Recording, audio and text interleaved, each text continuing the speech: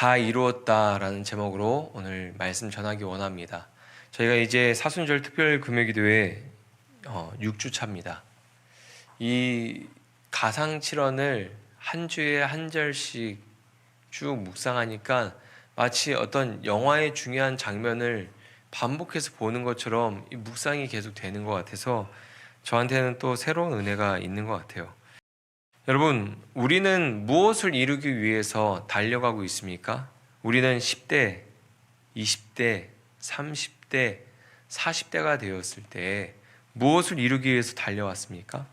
예수님은 완전한 인간으로 이 땅에 오셨습니다. 그분에게도 우리처럼 10대, 20대, 30대의 청춘이 있었습니다. 예수님한테 청춘이란 단어를 사용하니까 조금 이상한가요? 예수님도 있었어요. 10대, 꽃다운 10대, 뭐든지 다 도전할 수 있을 것 같은 20대, 그리고 또 30대의 청춘이 있었습니다. 제가 거의 20년 다 된 이야기인데, 대학교 때 제가 이제 군대 다녀오고 이제 대학교 3, 4학년 때 매주 시간이 될 때마다 예수전도단 화요 모임을 갔었어요. 그 선한 목자교회 유기성 목사님이 사역하시는 섬기셨던 그 교회에 이제 갔었는데, 어느 날 한 간사님이, 예수전도단 간사님이 설교를 하면서 이런 이야기를 하셨어요. CBS에서 본 예수님 영화에 관한 이야기를 이제 하셨는데, 간사님이 영화를 보다가 너무 화가 나서, 예수님에 대한 영화인데 그 영화를 보다가 너무 화가 나서 TV를 부수고 싶었지만 이 어린 딸들이 TV를 봐야 되기 때문에, 뽀로로 막 이런 거 봐야 되기 때문에 TV를 부술 수 없고 그냥 TV를 끄고 기도를 하셨대요. 하나님, 어떻게 기독교 방송에서 이렇게 불경건한 예수님의 모습을 사람들에게 보여줄 수 있습니까?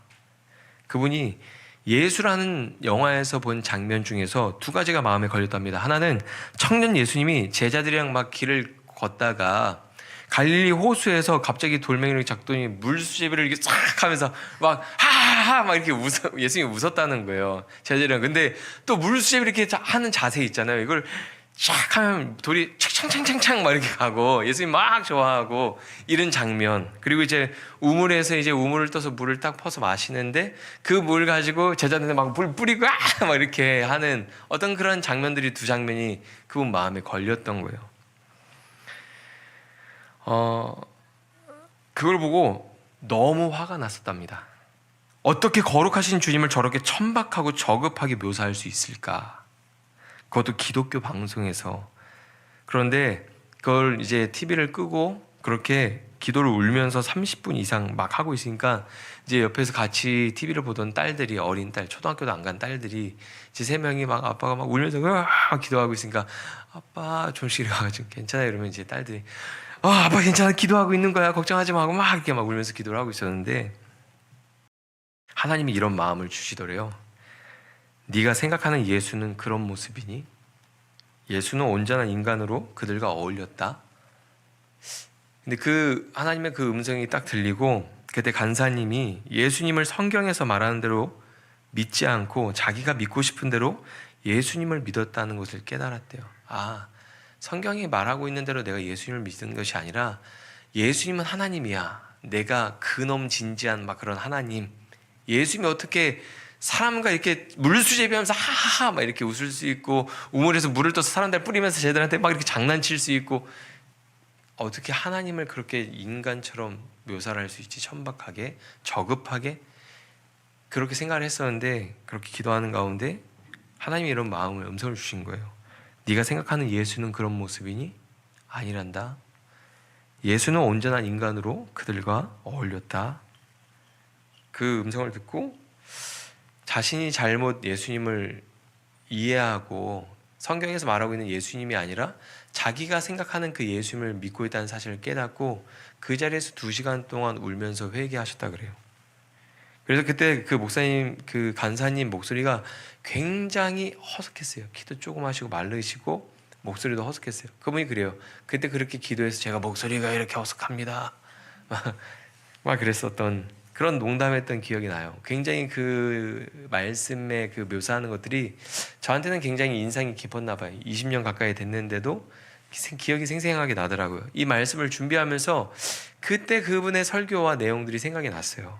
여러분, 우리는 10대, 20대, 30대 때 수많은 것들을 하고 싶어서 우리는 도전합니다. 그리고 도전한 것들을 이루기도 하고 실패하기도 합니다. 그러나 주님은 이 땅에 오셔서 딱 한 가지를 이루기 위해서 일평생을 사셨습니다. 그렇죠? 하나님의 뜻을 이루기 위해서 고난의 퍼즐을 하나씩 다 맞추셨어요. 조금도 고난이나 십자가 고통을 피하거나 외면하지 않으셨습니다. 그렇게 예수님은 십자가 위에서 하나님의 뜻을 다 이루셨습니다. 그렇게 예수님은 십자가 위에서 하나님의 뜻대로 죽으셨습니다.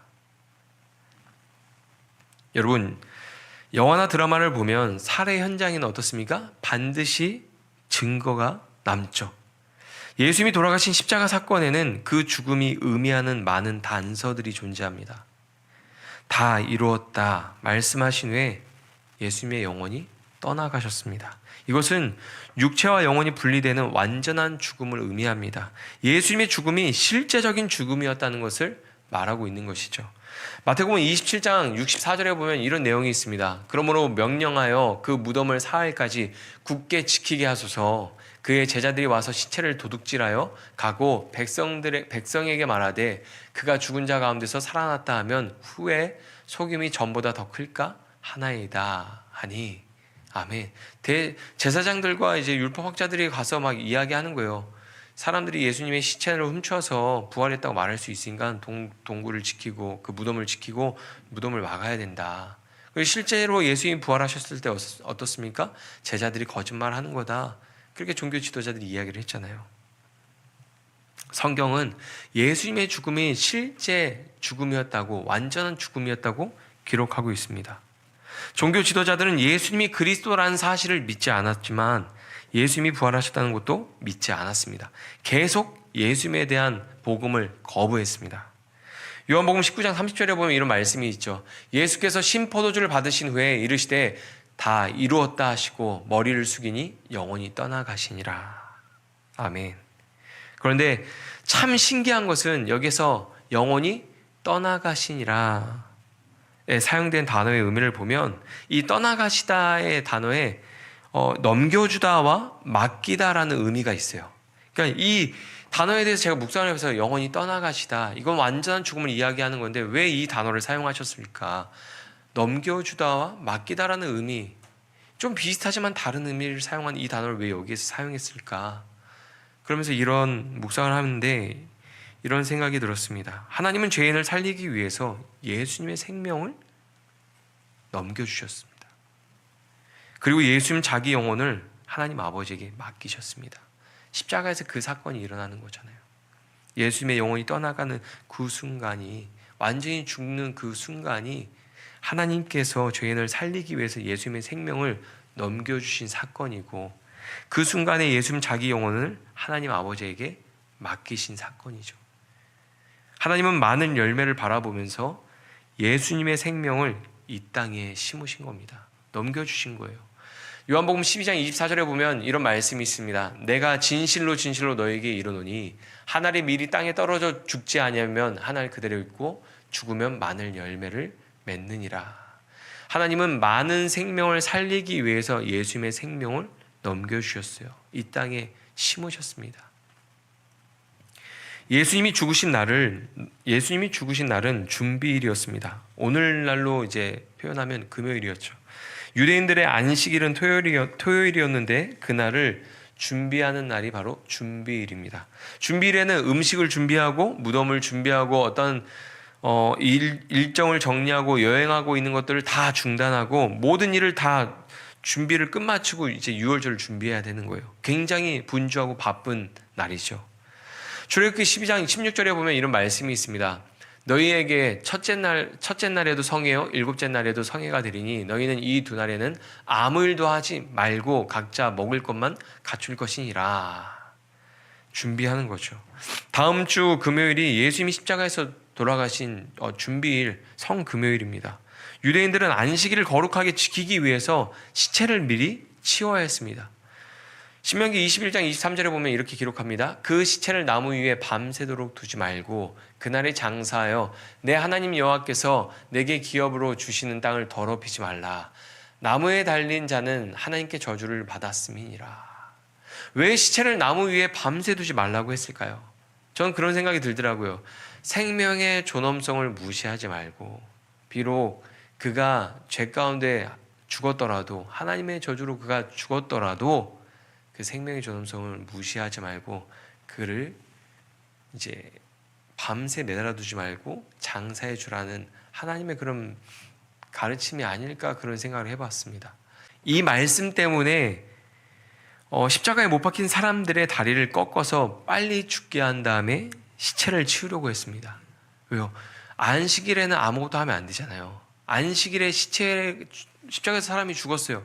그럼 그 시체를 만지면 부정해지잖아요. 만질 수가 없잖아요. 그럼 이 말씀을 어기는 게 되잖아요.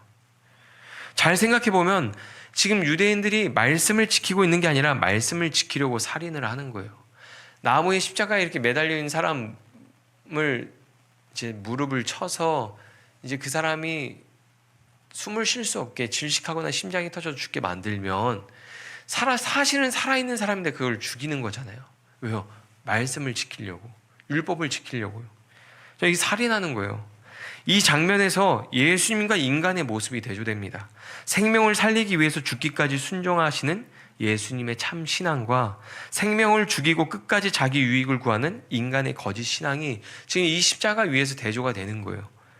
예수님은 하나님의 방법을 따라 움직였습니다. 십자가 고난을 피하지 않고 모든 고통을 다 받으셨습니다. 그러나 인간은 그들이 만든 정통을 따라 움직입니다. 하나님의 말씀이 버려졌어요. 하나님의 뜻보다 자신들이 세운 정통과 외적인 형식을 더 중요하게 여겼습니다. 이것이 유대인의 왕 예수 그리스도가 죽으신 이유입니다.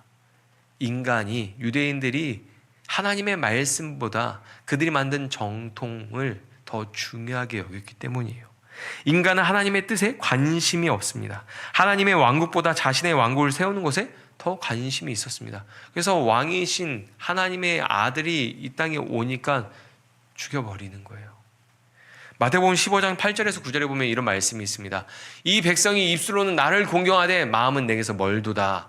사람의 계명으로 교훈을 삼아 가르치니 나를 헛되이 경배하는도다 하였느니라 하시고, 예수님이 지금 유대인들을 향해서 이 말씀을 하시는 거잖아요. 너희가 입술로는 나를 공경하고 하나님을 공경하고 하나님을 사랑한다고 말하지만 너희 모습은 그런 모습이 전혀 없구나. 마태복음에서 예수님이 하신 말씀은 구약에 나오는 이사야 말씀의 인용이었습니다. 이사야서 29장에 보면 똑같이 이런 이야기가 있습니다. 주께서 이르시되 이 백성이 입으로는 나를 가까이하며 입술로는 나를 공경하나 그들의 마음은 내게서 멀리 떠났나니 그들이 나를 경외함은 사람의 계명으로 가르침을 받았을 뿐이라. 마음은 없는데 그냥 율법만 서로 가르치고 주고받고 한다는 거예요. 형식만 지켜지고 있는 거예요. 예수님께서 구약을 인용하셔서 말씀하신 이유가 있습니다. 유대인들이 구약에서도 나쁜 버릇을 못 고치더니 신약에서도 나쁜 버릇이 안 고쳐졌다고 말씀하시는 거예요. 너희 조상들이 구약에서도 여전히 이렇게 입술로만 하나님을 섬기고 마음은 멀리 있었는데 여전히 너희도 지금 그 모양 그 모습 그대로구나라는 것을 지금 이야기하신 거예요.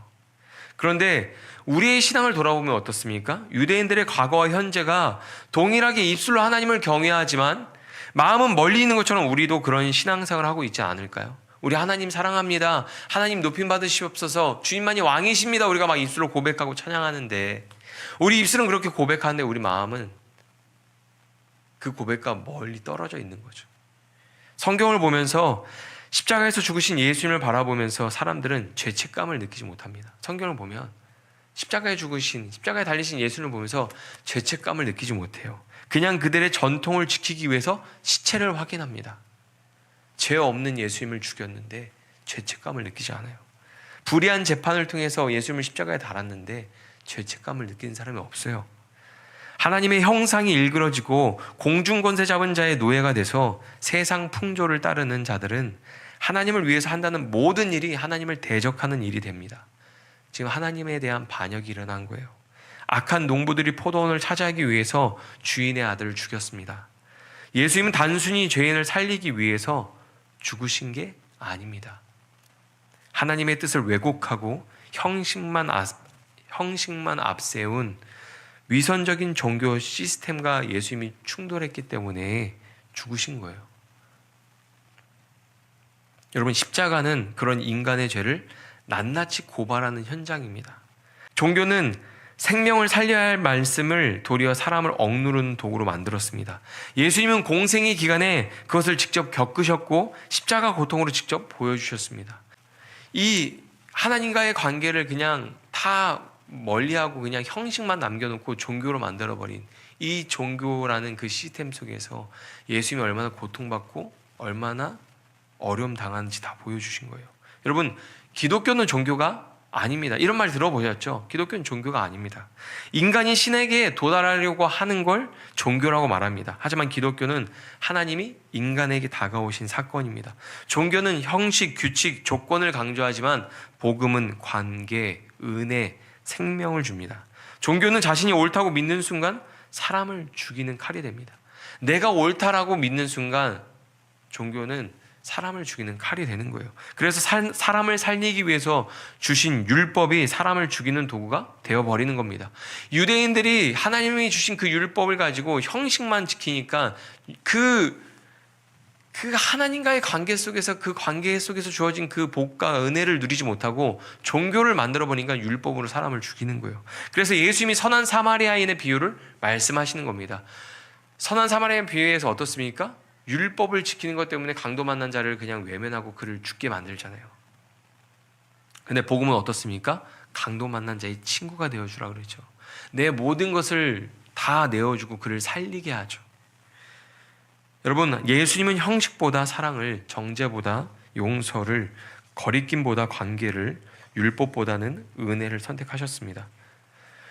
디트리 보네퍼가 이런 말을 했습니다. 종교적인 인간은 예수님 때문에 하나님께 가까이 나아가려고 하지 않는다. 그는 예수님 없이 스스로의 도덕성과 공로로 하나님께 나아가려고 한다.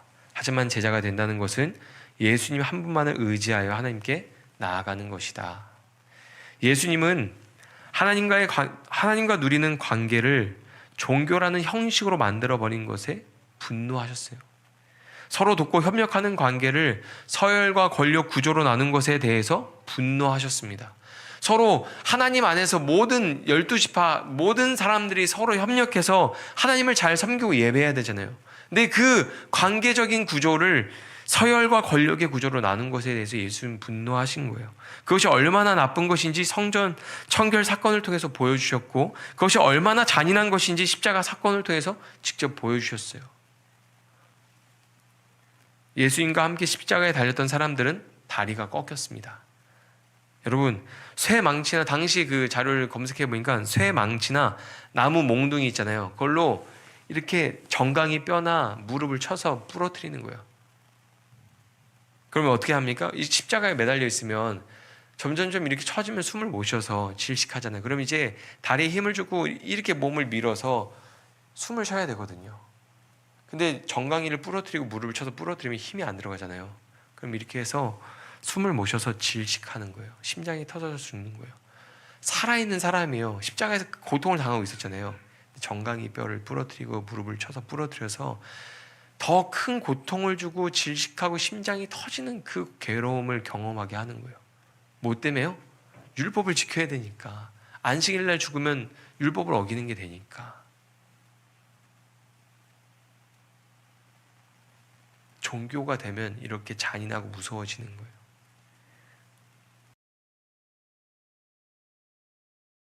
하지만 예수님의 다리는 꺾지 않았죠.